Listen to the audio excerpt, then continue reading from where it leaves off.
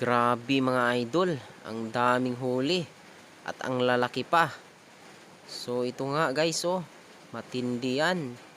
Hello guys, what's up? So ngayong araw guys ay napakaganda ang panahon, kaya naisipan ko munang tapusin lahat yung mga gawain ko ngayon. Dahil sa sobrang busy ko nga ay hindi ako nakakasama sa laot. At dito nga ay naging siraniko na tayo mga idol. Pinabilisan ko pala ito mga idol matapos para makatakbo na yung isang bangka natin dahil yun ay walang makina. At ito nga mga idol ay naghanda na ako ng pintura. Ipipintura po pala natin ito sa mga bakal para po hindi po agad-agad kakalawangin yung mga bakal. At ayan mga idol ay sinimulan ko na po ang pagpipintura ng mga bakal. Dahil nga po ay hindi stainless yung mga bakal natin, kaya kailangan natin pinturahan para hindi po sila agad-agad kakalawangin. At maya-maya mga idol ay dumating na po si Kuya Joel. At yan po pala ako lagi sa kanya sumasama sa laot. At sa kanya po pala ako nakakuha ng mga idea paano manghuli ng isda, paano mamusit, paano magbangka.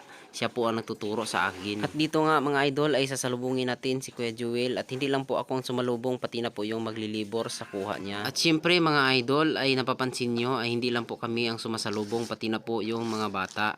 Dahil nga po ay binibigyan din po sila ng mga pangulam. At dito nga mga idol ay titingnan na po natin kung ano po ang huli ni Kuya Joel. At yan mga idol, ang lalaki po ng huli ni Kuya Joel. Ang tawag po sa amin yan dito ay lamarang.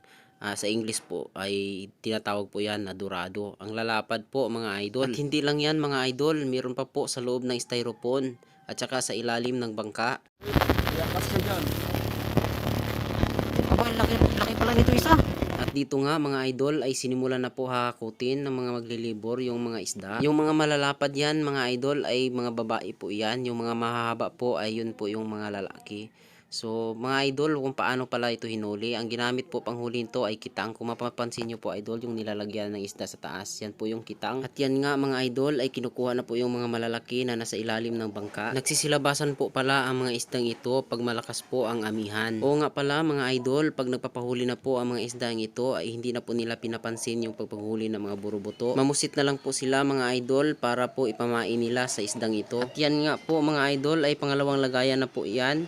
At kung mapapansin nyo po mga idol, sobrang laki po ng isda, halos kasing taas po ng naghahatak. At dito nga mga idol, pag wala ka pong gawa, pwede ka po sumalubong at maglilibor at magkakapira ka po mga idol. At yan nga po pala ang mga ginagawa kadalasan dito ng mga nagtatambay. Kung masipag ka lang dito mga idol maglilibor, siguradong magkakapira ka araw-araw. Dahil nga po araw-araw marami pong mangingisda ang dumadaong. At dahil nga po pagod na yung mangingisda, kaya po naisipan po nilang ipapalibor na lang po sa iba. Ang paglilibor naman dito guys ay iaangat lang po yung isda hanggang doon sa may highway. Dahil nga po yung mangingisda na po or yung may-ari na po ang magdadala doon sa sulitan. At ito nga mga idol, yung mga maliliit lang po ay kasya po sa mga 80 ay nilagay lang po sa styrofoam. O nga pala mga idol, ang paghuhuli pa nito minsan ay sa palaran dahil nga po nagpapahuli lang po ito pag minsan pagkalakasan na po ng dagat. Kaya minsan mga idol, konti lang po naglalaot dahil nga sa sobrang lakas ng alon sa dagat. At yan po pala mga idol ay hati-hatiin at ipapapamigay. At ito nga mga idol ay dadalhin na po nila ito sa sulitan dahil nga po hindi po siya pwede patagalan dahil wala po na po siyang ice. At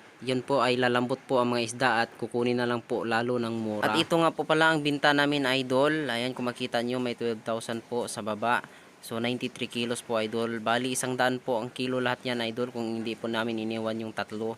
So ayan po ang binta natin mga lodi. Kung nagustuhan mo man ang video ko guys, huwag kalimutan mag-follow at mag-share. At abangan nyo po ang next na kabanata ng ating mga gagawing video. Shoutout po pala sa laging nanonood ng video natin at laging nag-share. Ayan, shoutout sa inyo lahat guys and God bless mga idol.